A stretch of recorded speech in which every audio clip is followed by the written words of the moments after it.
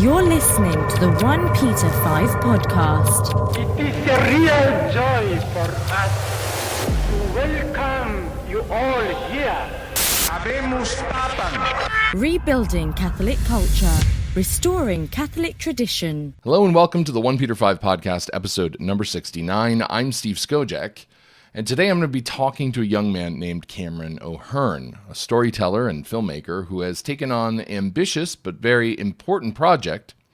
It's important not to leave words out of sentences. It's a documentary called Mass of the Ages, How Tradition Will Restore the Church. But I feel like calling it a documentary is underselling it, because it's really more of a film, kind of a beautiful piece of art.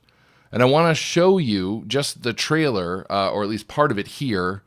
If you're listening to our audio-only podcast, I apologize, but you're just going to have to click the link over to the Kickstarter for this film in the show notes or in the YouTube description for this link, because it's a very visual story, and you have to see it to appreciate what's being aimed for here.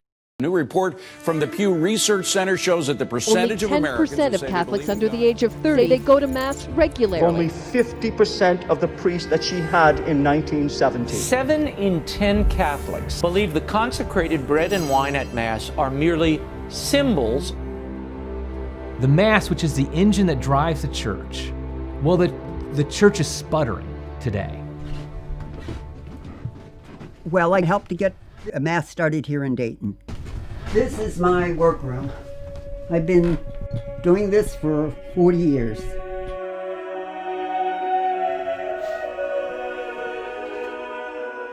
We had 150 people there maybe 4 years ago, and we're now up to over 400. My gosh, so many young families. The fact is the Catholic Church has evangelized the world. It's converted nations, it's converted continents to Christ. And so we want to say, how did we do that? The church has always believed that the way we worship, how we worship, impacts what we believe. Everything the church is doing is to emphasize that the Eucharist is the source and summit of our entire Catholic life. And so everything we do at Mass is meant to show the greatest possible reverence for and attention to that Holy Sacrament.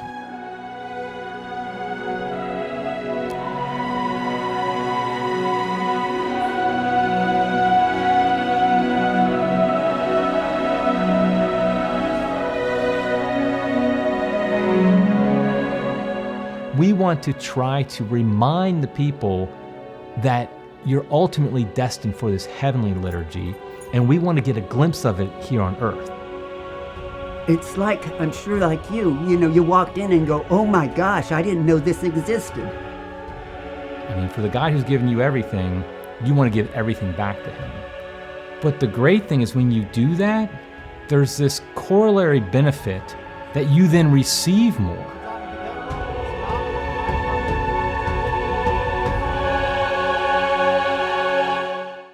Cameron, I want to thank you for coming on the show today to talk about this film. It looks really fantastic, and I don't say that lightly. So thanks for joining us today.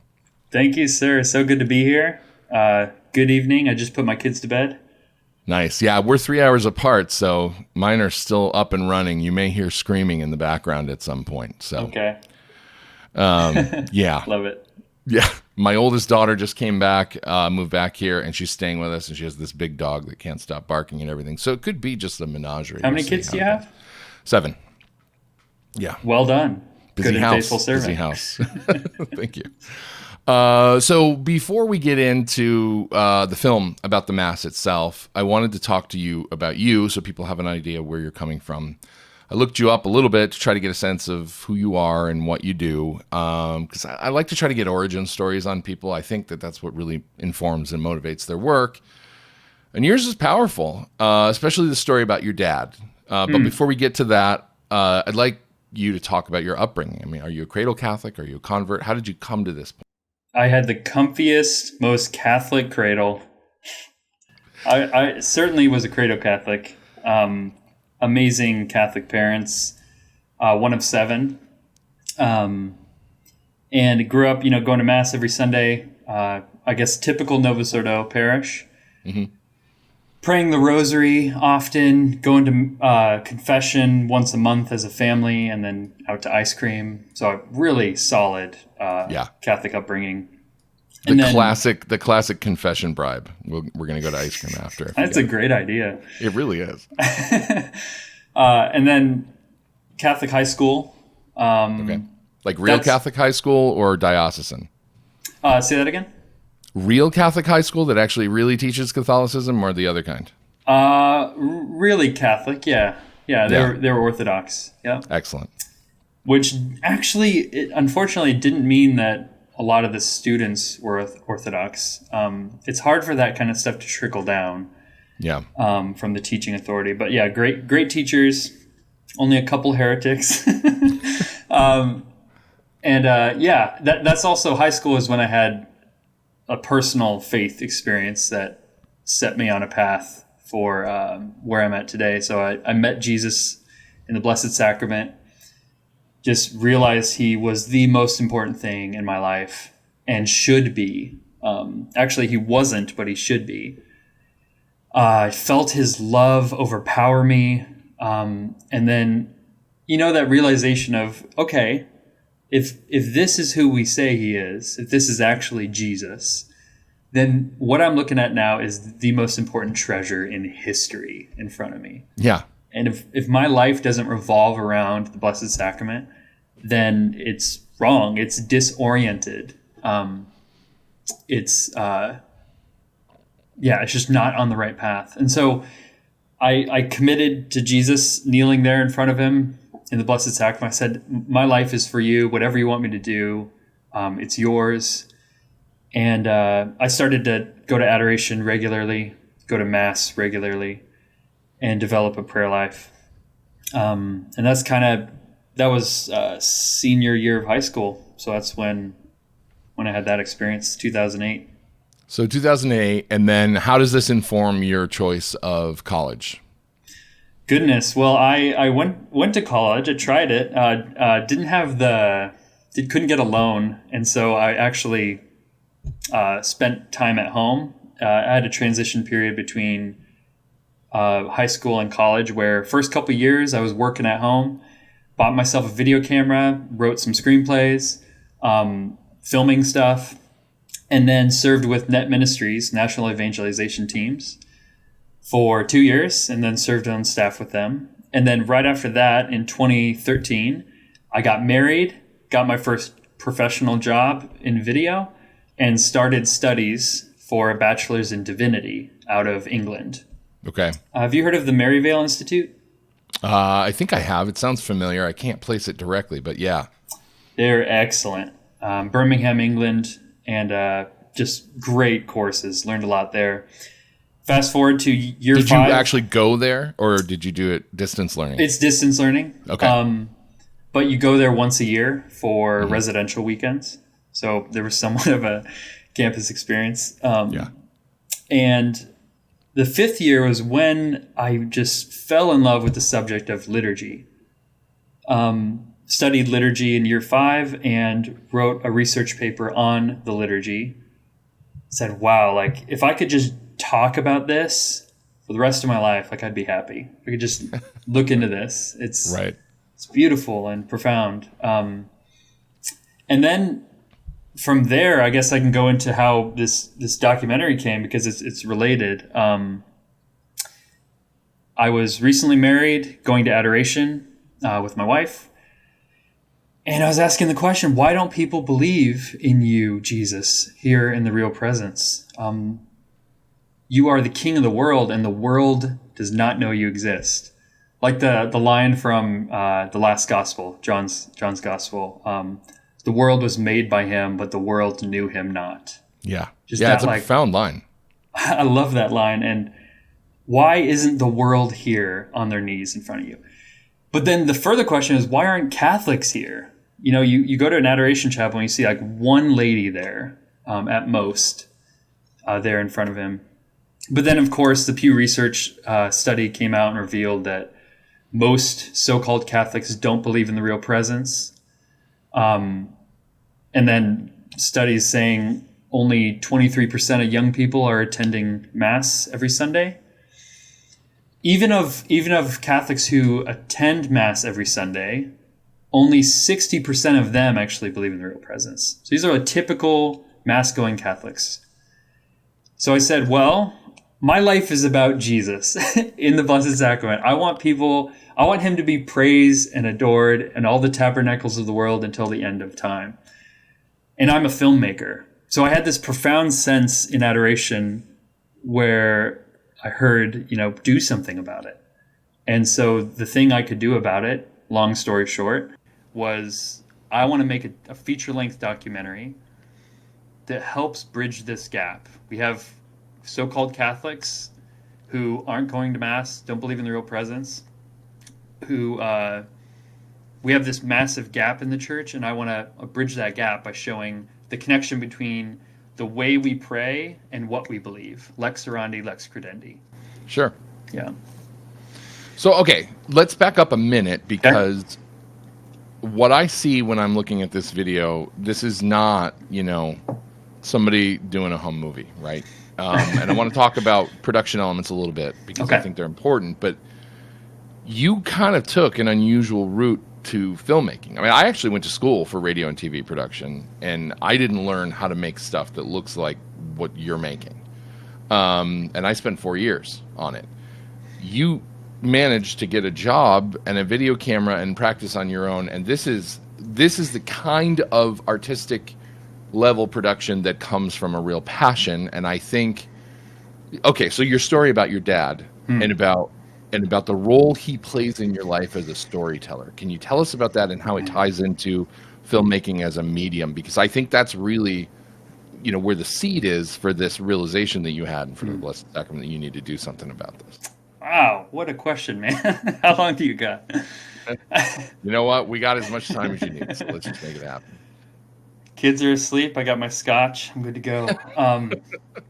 My dad. So I made a video for my... I run a company called Sacred Stories, which helps nonprofits raise money and get noticed online through the power of story. And so when I was thinking of what's my why? Why do I make stories? And I thought of my dad. My dad passed away 2 years ago in April, unexpectedly, of a heart attack. And out of the blue, a healthy man, a rock to our family, and we just moved into our house in Ohio, our first house in Ohio after moving here. Started my video company. It was it was a romantic, innocent time. It was really exciting. Yeah. First day in our house, first full day in our house. I was working. It was great. Still unpacking boxes. I was about to go to dinner time. I get the first call saying Dad had a heart attack, and it doesn't look good. So went into the kitchen, took 5 minutes for it to come out of my mouth because I couldn't say it to my wife. Wow. And then when I said it, we just started praying. So we started praying Rosary, Divine Mercy Chaplet, and then got the second phone call at dinner. Dad's gone. And if you ever had an experience like that, it feels like the world... You're dead, you can't move, and the world just completely shifts around you, and everything's different from that day forward. Yeah, everything that goes on normally feels surreal. So, why doesn't the rest of the world understand what's happening right now? Yeah, and the thing about it, and this gets into storytelling, is I can talk for hours about my dad, but you just don't know my dad, right? You can't. Right. Yeah. You can't. No matter how much I say, no matter how many facts I give about him, you can't know him like I know him, which is understandable. But that's where the power of story comes in, because story has the power to introduce you to someone and connect with someone in ways that facts can't do. I can tell you 1,000 facts about something. I can write, 1 million articles. I can show you 1 million pictures, but you just don't get it. Something about a story, just showing you my dad and not saying much, but just showing you things he did and tying it together in a thematic way, that can at least introduce you to him. Like, oh man, he seems like a very unique. No, and look, I mean, I watched it. It was very moving. It was very compelling. I felt like I had a sense of the man. So, I mean, mission accomplished. Thanks, man. Yeah. Yeah. So, yeah, my dad. He looked like an incredibly cool guy. He'd love to hear that. Yeah. And he'd be over the moon right now that I'm doing this. He always wanted me to follow my passion. He was never good at having deep conversations. Mm-hmm. He would be able to say like one thing to me. You know, I'd be visiting, you know, twice a year, and I'm there for Christmas or something.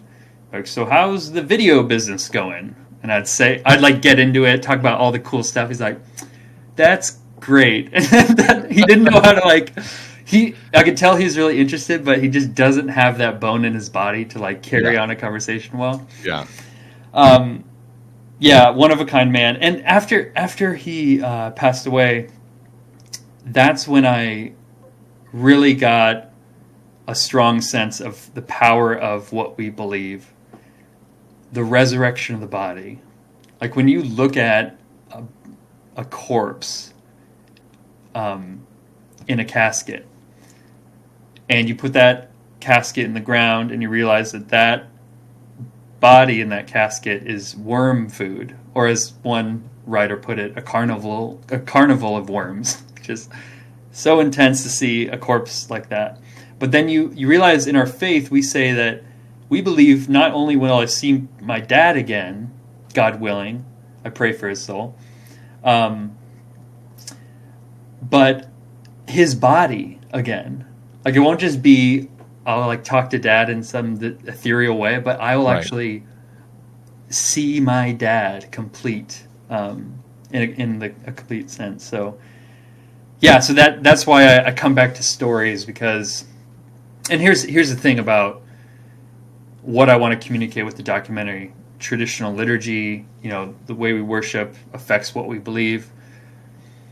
There's so many articles, posts, tweets, videos that are very fact-based, that are like you're reading my next question, by the way. Literally, I say, obviously, there's been a ton written about the traditional Mass over the years, books and articles and you name it. So you're in my head. What are you wanting to do with this that's different? Tell me.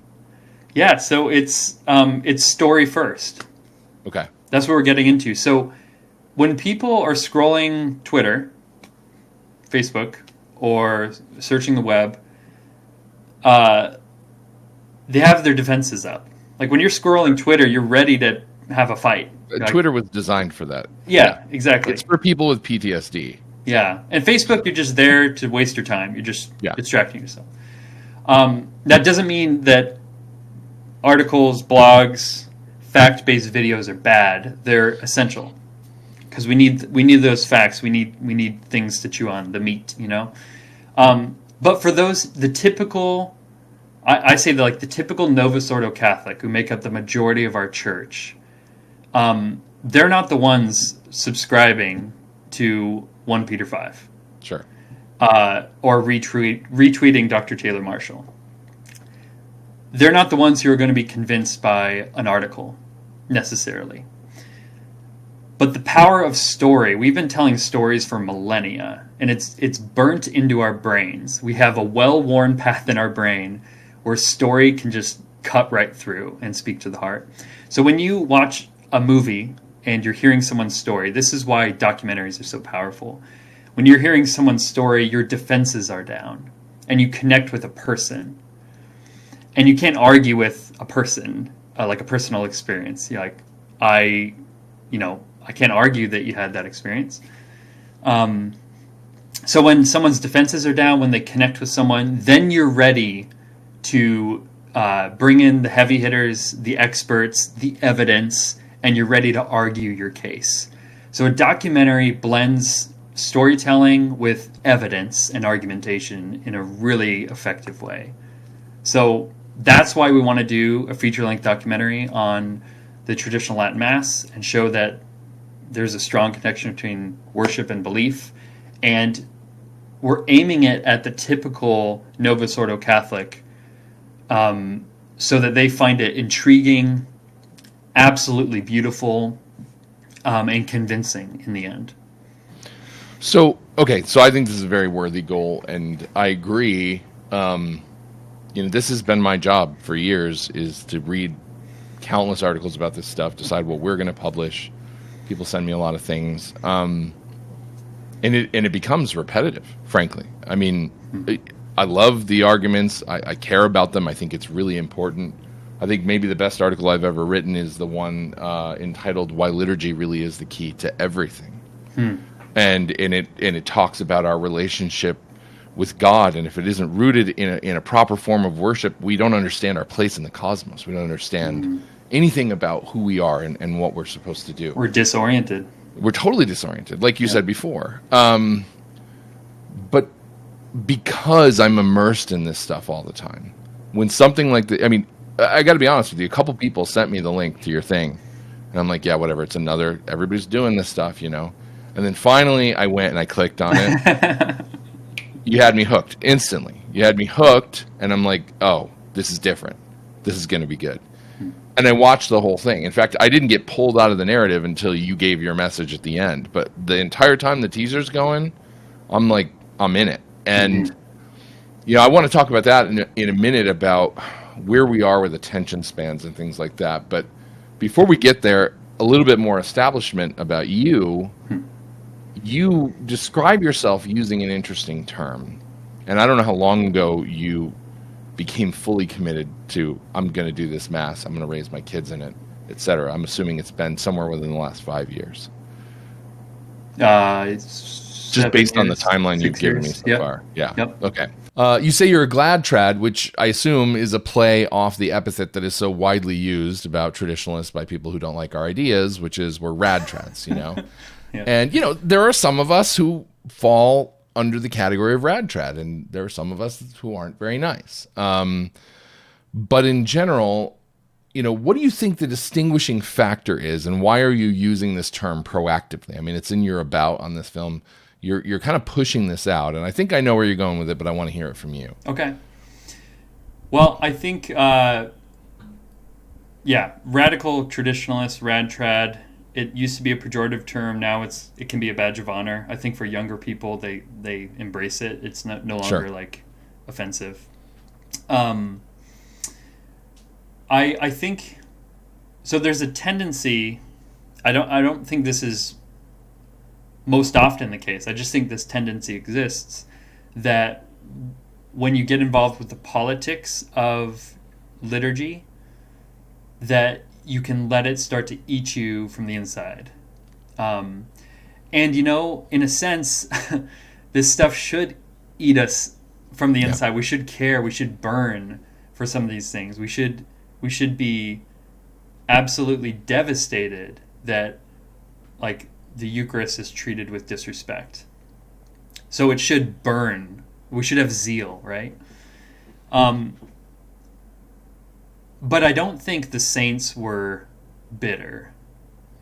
And I think that's kind of what the tendency can lead to, is this bitter anger that kind of eats you from the inside, that causes one to be critical and without charity.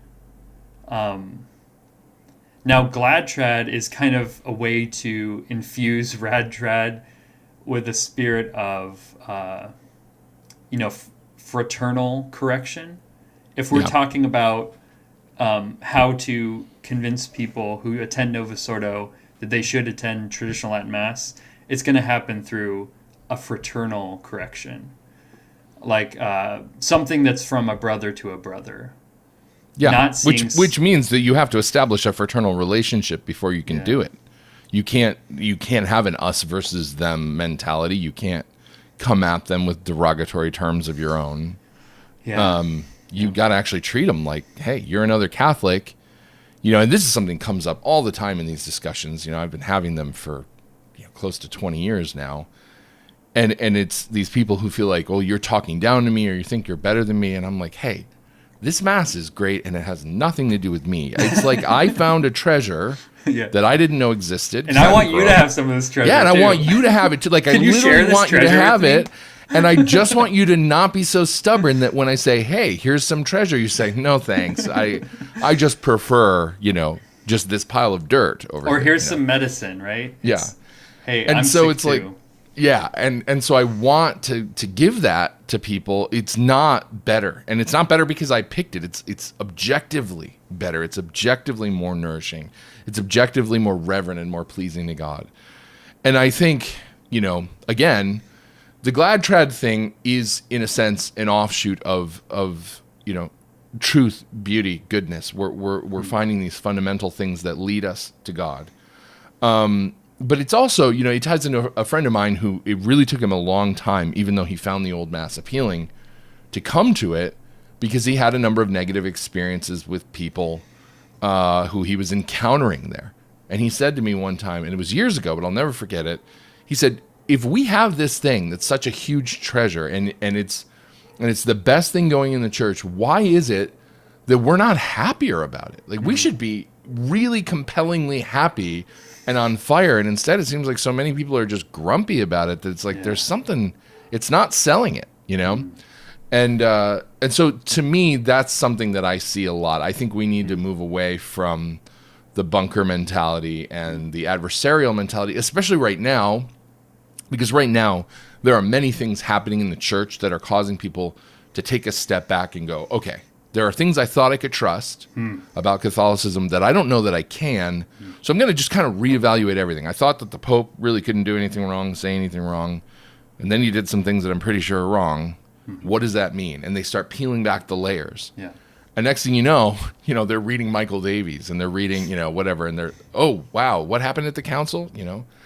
What happened with the Mass? I didn't know this. Yeah.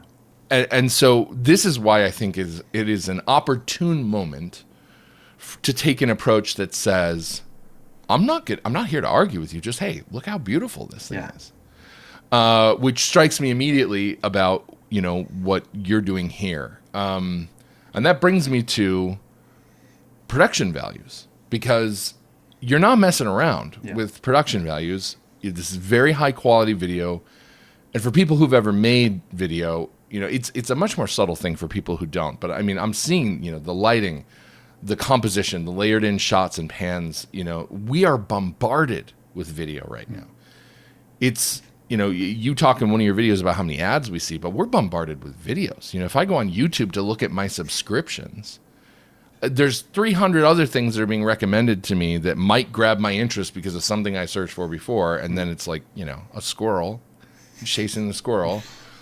But I don't know what the statistic is. I find that videos lose my interest in less than 10 seconds if they're not immediately captivating and attractive. It's interesting. You know what's interesting is there's only one time of day when you're not daydreaming for, well, let me say it this way.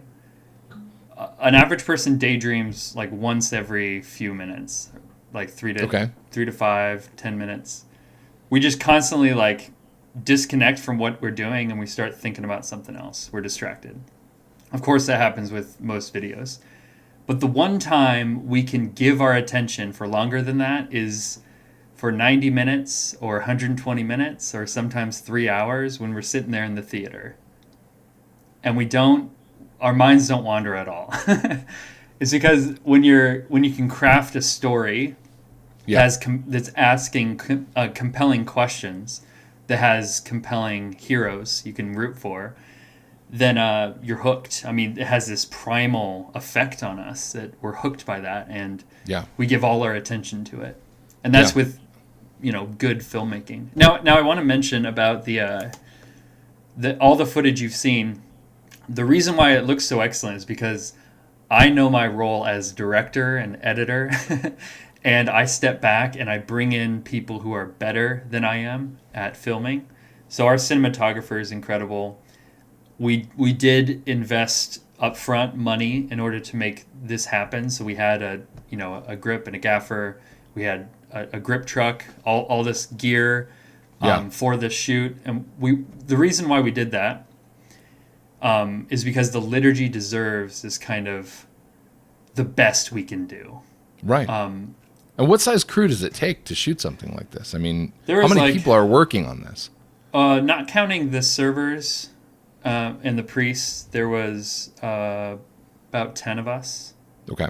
But we only had, for that 5 minutes of film, we were filming about 4 hours. Sure. And that was completely rushed. We were going crazy with that time constraint. So yeah, that's not a lot of time. People No. don't understand how much time goes into. Yeah. I mean, there have been days I've spent 12 hours on a 1 hour podcast just to get all the editing done, the scripting, and all of that. And that's not even composed in the way something like this is, where you've got to make sure you've got a shot list and you know what you're going to shoot. Well, we also knew well ahead of time. Well, I knew as the director what I wanted. I knew I could see the shots ahead of time. I knew how to explain them to my DP. We met beforehand. We went shot by shot through it. We had a detailed shot list, and that's how you can pull that off. And I give so many props to my cinematographer, my producer Jonathan, who's been with me from day one. How did you find these guys? It is really hard to find good people to work with, let alone people who share your beliefs. Yeah, there's a good small Catholic creative community online. Okay. And when I find someone who I really value, I look for humility, I look for hustle, I look for someone who's hungry, a bunch of H words. And when I find them, I just cannot not work with them again. I just keep working with them. So I've been working with Tom and Jonathan for a couple years. I've worked with a lot of people, but they're the ones I keep coming back to again and again. I want to put you in the hot seat a little bit. Okay. Not about you, but I want to ask you to kind of make an assessment on something that I think is probably somewhat controversial, and that is this. And I'm jealous because I didn't pour a single bit of whiskey for this, and I often do. And this is an evening podcast. So, no, but without throwing anybody under the bus, do you have any theories on why Catholics seem to be, I don't know what the right word is. I'm going to go with impoverished when it comes to the way that we work with visual media. We have movies that get made about saints that have no conflict. There's no story. They're boring. They're boring to watch.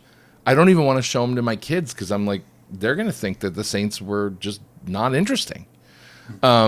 We have not been successful as storytellers, despite the fact that we have this unbelievably rich history of art and music and creativity as Catholics. I mean, Western civilization's entire artistic history is built around the church and the Mass. What has happened to us? Why is it so rare to find somebody who's like, I am going to take this to 11? That is a great question. Do you have any theories? I mean, maybe you don't know, but I'm trying to understand it because we are in an age of visual media and we're not doing it. No, the church was trailblazing in basically every other art form, and then film came along, and I wonder if the Christian media was a reaction to Hollywood. It's like, okay, you're making your movies, sure, and they're it's showing sin in a positive light. It's damaging to faith. So what we need to do is we need to have this very safe message-based film where the good guys are good all the way through and the bad guys are really bad. Yeah. And we have the characters say exactly what we want the audience to hear. So it's really boring, really paint by numbers. Telegraph everything. Yeah, it's very safe. And you don't have heroes who struggle with things. And that's how we connect with someone. So I wonder if it was a reaction to just the state of Hollywood. But I think, it's just the interesting thing is a lot of these Protestant films are being funded like crazy. They're raising millions of dollars. And I still think they're very safe and message based and plastic. Yeah, I agree. I can't do it. I try to watch them occasionally, and I would rather watch a really well told story that presents some questionable moral issues as long as there's something of the hero's journey in there. If there's some redemption arc. I mean, I've told people, I love saying things on the podcast and waiting to see the angry emails that I get. But I think Breaking Bad is what Shakespeare would do if he were alive today. I mean, I think it's the best TV show ever made. It was a crazy redemption story arc. Yeah. It showed, one character who made bad choices and just continued to keep making them even though he had opportunities to change, and another character who started out like the lowest of the low and became somehow the hero of the story. I mean, it was a tragedy, it was a comedy, it was everything you could ask for. And I bet there's a lot of people who won't even watch it. Yeah. Because of the subject matter. Well, if you just filmed the Bible. Yeah. So, Christian, we have to deal with sin seriously. I think that's what a show like Breaking Bad does. Shows the consequences of sin. John Paul II, in his letter to artists, he said that some films have merit because they show man's universal desire for redemption. Mm-hmm. It shows a desperate individual, and because you see an individual who chose sin and is ordering their life around sin being destroyed, that's actually reflecting our need for redemption. It's showing Christ in the reverse. And so Breaking Bad is a perfect example because choices lead to consequences. And it deals with sin seriously, as opposed to many like comedies nowadays, for example, that play around with sin. Sure. I think horror films and drama usually does a good job of showing sin and consequence, but a lot of comedies, for example, will show sin but without consequence. Oh, that's actually a really good point. And then Christian films just won't really show sin. And now there's tasteful ways to show sin that doesn't lead others into sin. I mean, the way I look at it is if a person was committing a sin by making a scene, you're probably committing a sin by watching it. That's my rule of thumb. Yeah. So you don't have to be graphic in the way that you depict things. You can true. allude to things. You can, it doesn't need to be like HBO, which, has some of the best written stuff, but good Lord, it doesn't need to be pornographic either, So, and it's difficult for storytellers because when you want to go to the stuff that's really compelling and thought-provoking and well-written, you have to filter through a lot of things. And I think that makes it challenging as well. But people they're just not learning from Hollywood. They may be reacting to Hollywood, but Hollywood has had all this money for a long time because they know what they're doing. They know how to tell a story. Yeah, they know how to run a business, that's for sure. Yeah, but I mean, more than that, they know how to put butts in seats at the theater. People want to see what they're selling them. Yeah. And it's not an attraction to sin per se. Yes, there may be some things that are like that, but there's a reason why their stories work. And if we could learn from them, and if we could learn from, again, the production values, the way things are composed, the subtle psychological things that you don't recognize until you study Citizen Kane or whatever, the camera shots and what they imply. And I don't know. I wish we would see more of this. And I think that we're at this time now where younger filmmakers like you, I mean, you have grown up in a time where I don't know how old you are. I'm assuming mid-30s? Love to hear you guess. Early 30s? Mid-30s because of my beard. I'm 30. Okay. Without my beard, I'd look 20. Yeah. Well, without mine, I looked a lot younger until I started going gray. But when I grew up, trying to make this stuff, I mean, this was my thing when I was a kid. I made radio shows and I made videos with that big honkin' VHS recorder that I would borrow from my aunt because my parents didn't even have one. And it was such a pain to work with. It was a pain to edit. Even when I got into college, when I got to Steubenville in 1997 and started doing radio and TV production, for that 4 years, we didn't do nonlinear editing. We had an SVHS deck, side-by-side linear, that lost track constantly because it had like 75,000 hours of use. And the heads were probably worn down to nothing. Yeah. They have like a state-of-the-art comm arts lab now, but they didn't have that then. How's that education helping you now? Yeah. Well, yeah. I spent a lot of money paying off that debt. Let's just put it that way. But I've learned what I've learned on my own. But I think my point is there's a younger generation of Catholics who are almost more instinctually filmmakers because they're working in this media for good or for ill. They're on Instagram, they're on TikTok, which, pretty soon it's probably going to get banned because it's run by the communist Chinese. But they're learning how to be creative with cameras that they're carrying around with them. And it's easy to do and it's easy to edit. And I just kind of hope that it brings about this renaissance of people who are like, you know what? I want to make this stuff. I want to make these stories. So when I see you doing this, I can't help wondering, you know, are we going to start getting more of this? Are we going to, because I didn't expect even this. I've been so frustrated for a long time. I'm kind of going off on my own tangent here. So I would love to see more of this. Like this is why we put so much effort into this Kickstarter. Like, you know, putting down money up front to get the best production we could, you know, tons of planning, 500 hours of just doing stuff to get to this point, and filming it in the highest quality we could. So many meetings, so much prayer. We want to do it right. Yeah, we're so excited we even got to this point, and we just want to do it right, like you're saying. And I mean, I have to say, based on the interviews that you've already done, and it was funny to see my friend Eric Salmons on there. You know, love Eric Salmons, yeah. He writes for us all the time. But this could have been a big budget. You know, I don't want to compare it to Michael Moore. I mean, the guy knows how to make a documentary. I'll give him, he's a moral monster, but he knows how to make a persuasive film. But seeing this, I mean, I fully expect it to be like any other major documentary I saw. And it's in the little things. It's in the way that you layer in those news clips at the beginning. It's in the way the interviews are being conducted with people. It's the small stuff that makes all the difference. And I'm really, really excited to see a movie about a topic I already know a lot about, because that's what you did, and it kept me compelled. So talk to me about, you know, working with Kickstarter. There's probably at least a few folks in the audience who might not understand how that works. Can you walk us through what you're trying to do there?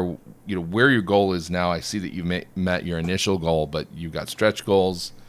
What is a filmmaker doing when he goes to Kickstarter and says, this is what I need?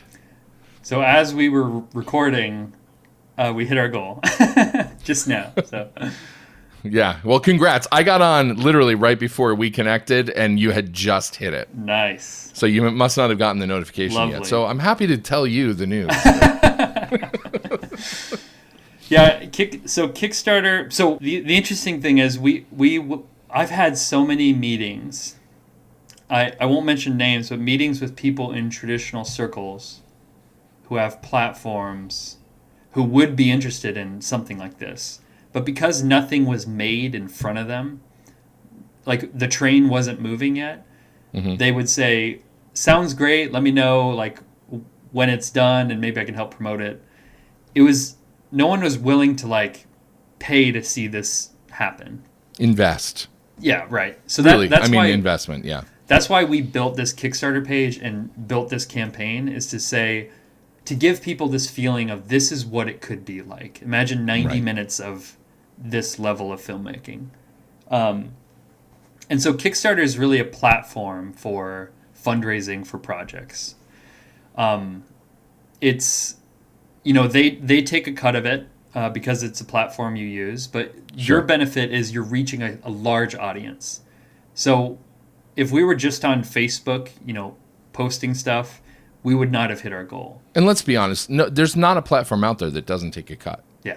You can't raise money in any way, whether you're going through PayPal, whether you're Stripe. I mean, we can't do fundraising without somebody taking a cut of it. That's just the way you have to do business right now. Yep. So Kickstarter, you rally together hundreds of backers, you give some perks, and they can all, if they believe in your project, they want to pay to see it done. If enough people believe in it, then you're going to raise the money for the project that you want to make. And so we hit our goal, and now we have, we recently, today actually, added some stretch goals that we've been talking about for a long time.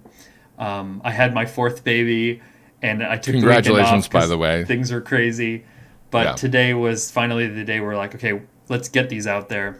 I mean, just had the baby, like last week, right? Yes, it was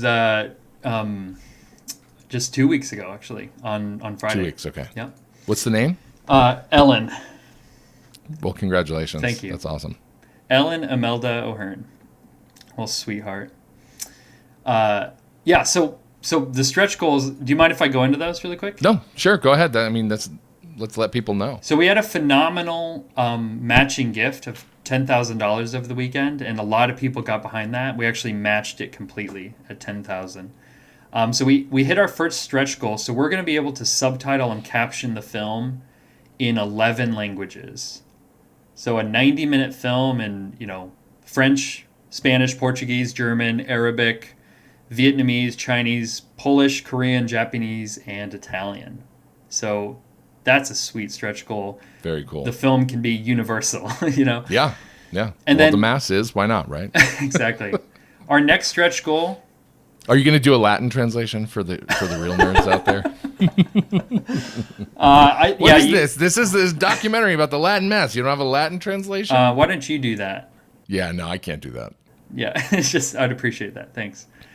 So then, if we reach 108,000, then we can really give this documentary like a feeling of, wow, there's so many parishes that celebrate the traditional Latin Mass. Basically, we want to show a dozen parishes, like 10 or so parishes, where the fraternity and the institute are running these beautiful parishes. Even if the parish isn't very stunning, the liturgy still is. And all this swath of parishes. So we'd want to... So just to be clear, your initial goal was 77,700 to be able to take the time to make all the people involved to get this thing done in its basic form. And so these stretch goals of going up are going to fund things like additional travel, potentially on-site hires if you need to bring in somebody because you can't fly everybody out or whatever. Like, this is going to fund production that's going to bring in stuff in locations other than your main location. That's right? correct. Yeah. So we asked the question, what's the minimum we need to make something that we're extremely proud of and that fulfills our promise? So we want to make something that you could find on Netflix and it'd be like, yeah, this should be on here. Like, this is of a quality of a documentary I'd want to watch. It's compelling and interesting. Sure. So that goal has been hit. Praise God. Like, we've hit that goal. Now And by the way, how much does it take to make, an average documentary these days? The Food Inks of the world or whatever it is that people are watching. Do you have any idea what the budget is for documentaries like that? I would guess it's in the hundreds of thousands to 5 million. Yeah. So you're really doing this as on a tight budget as you possibly can. You're not. You're not asking for free lunch. Me and Jonathan, and there's been others who we're going to thank very soon, who have helped with the Kickstarter and marketing and all that, who have put in time. I mentioned 500 hours of my time, for example, and there's others who've been working on this. We're not getting paid for that time. Sure. This money is just let's do this. Let's hit the ground running. Let's go make this thing. Yeah. So we've hit that goal. Now it's about making it more universal. Let's hit up more parishes. Let's hear more stories. There's so many stories out there of traditional Catholics who've been transformed by traditional liturgy. And we want to hear all those stories. So, yeah, you can check out our stretch goals there. And I don't need to go into them, but it's... Yeah, we'll put links up to everything, both on the YouTube and on the website. Yeah, excellent. Thank you so much. Yeah, sure. So what would you say... we've talked about a lot of things, but what is the goal that you have in mind for this film? Like, there's one thing it can accomplish. What is it that you're really hoping at the heart of all of this that it can do, that needs to be done, that hasn't yet been done? Okay, it might take a long time to answer this question, but I'll try to get through it succinctly. So, something I've learned in launching this documentary is how many distinctions you need to make in what you're talking about, and how oftentimes Catholics equivocate on terms. So when you say the word church, like the church teaches, that can mean a few different things depending on who you're talking to. Yeah. Sure. If you say Novus Ordo, that can mean a few different things. So the way I kind of draw the distinction is, I think, yes, there's a lot of problems with the new Mass and how the new Mass is celebrated. Vatican II is problematic because it's it's not an infallible council. It kind of removed itself from that kind of degree. And then it says a few things that are hard to reconcile with tradition. So it's problematic. I think the implementation of Vatican II was disastrous. If you look into it, it's really eye-opening. So we have all these problems. I think the problem of the typical Catholic next Sunday going to a typical Novus Ordo parish and experiencing a liturgy that's domesticated and beige and soft and sometimes irreverent. Dr. Regis Martin used to call it a bubblegum chewing religion of suburban good cheer. That's good. Yeah. I liked that one. Yeah.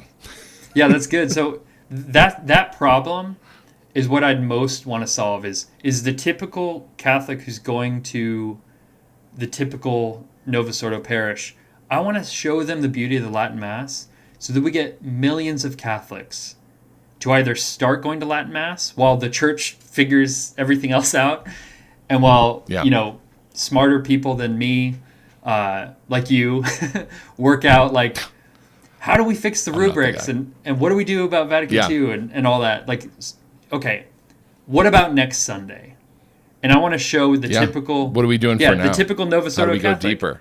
Like, go to the Latin Mass. It's a firm foundation for your faith in this turbulent time. Right. So I want the average Novus Ordo Catholic, I want millions of them to start going to Latin Mass.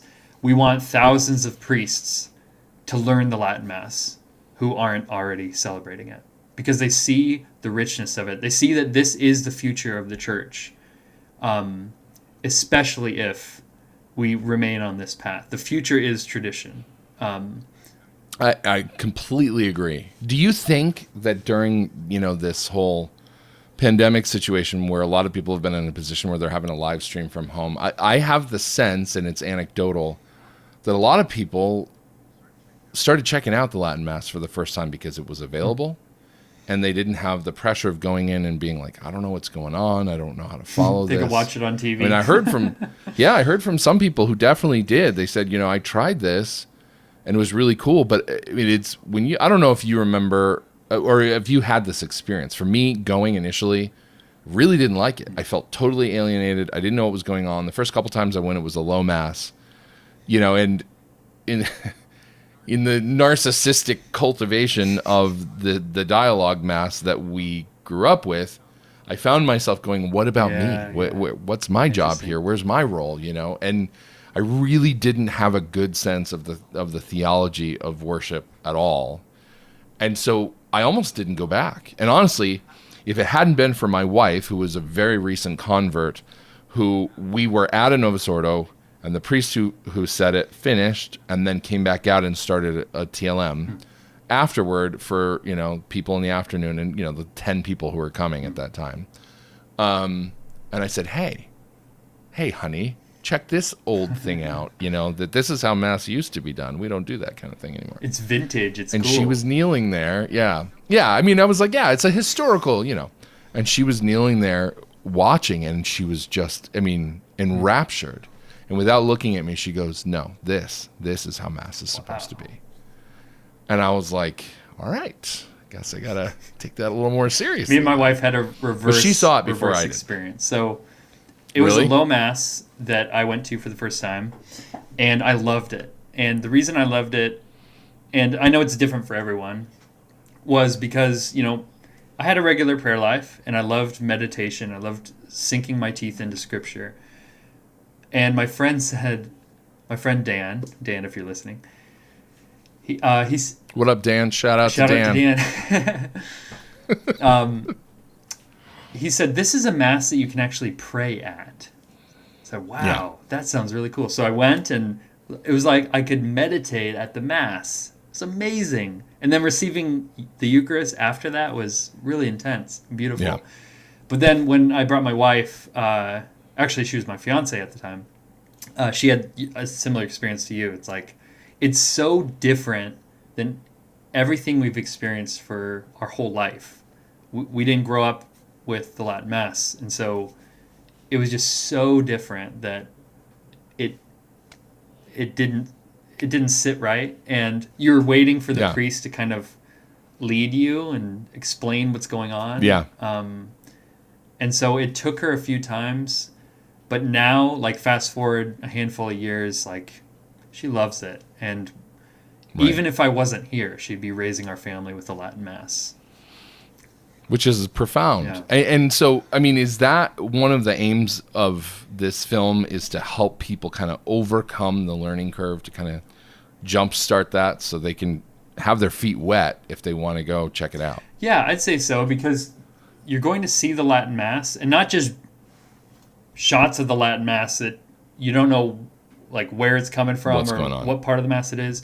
But we plan to unlock and open the Latin Mass, to kind of like walk people through it in a sense. Like, here's why the prayers at the foot of the altar are so important, and here's how beautiful they are. Right. And what happens when the difference between a priest coming out, like, you know, he's leading a charge, takes his, is it called a zacchetto?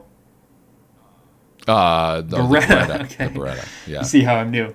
Not the gun. Yeah.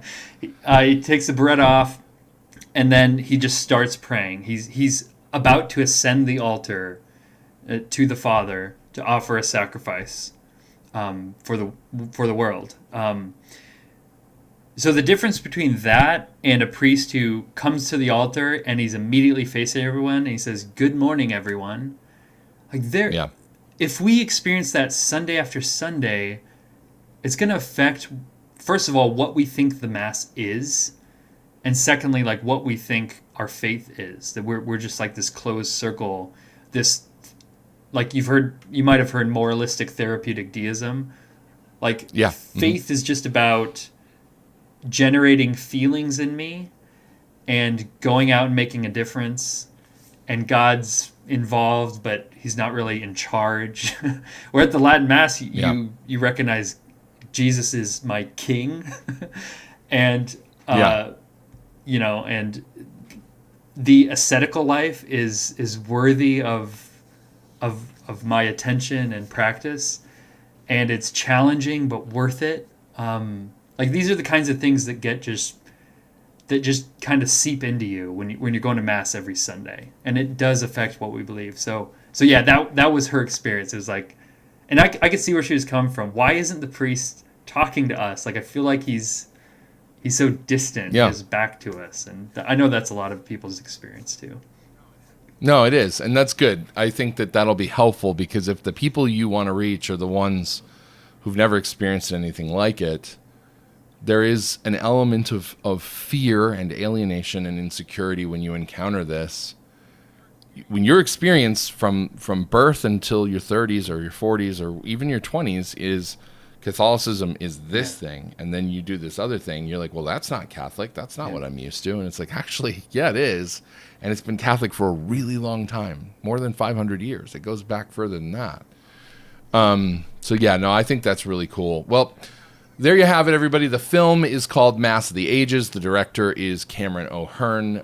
You can help back the project on Kickstarter. I really think this is something that's going to be worth investing in. You will be able to take pride in the fact that you helped make a film that, you know, may very well be a turning point in this shift back to tradition, because I think we're ripe for it. I think at this moment in church history, we're starting to see that pendulum swing back towards, you know what?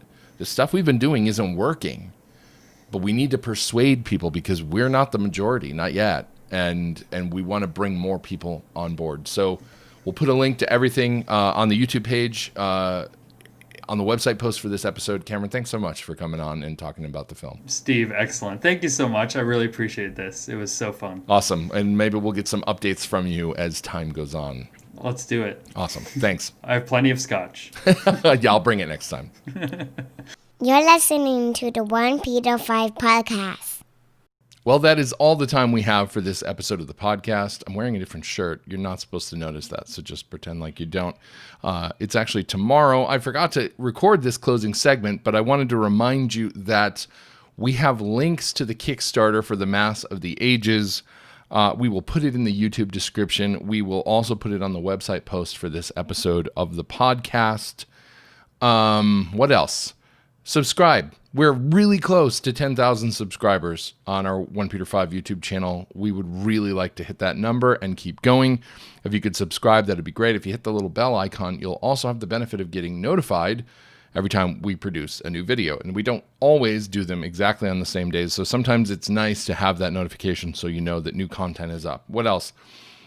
Please like this video. Give it a like, give it a share, put it on Facebook, put it on Twitter, put it on Parler, put it wherever you want. Email it to your friends.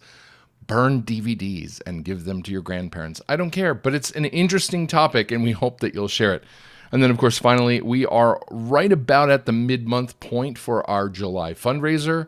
As always, this is a reader and listener supported show. So please, if you would like to support our work, show that support by making a donation at onepeterfive.com/donate. Until next time, I'm Steve Skojek. Thank you for watching. Thank you for listening to the OnePeterFive podcast. We'll see you next time. God bless.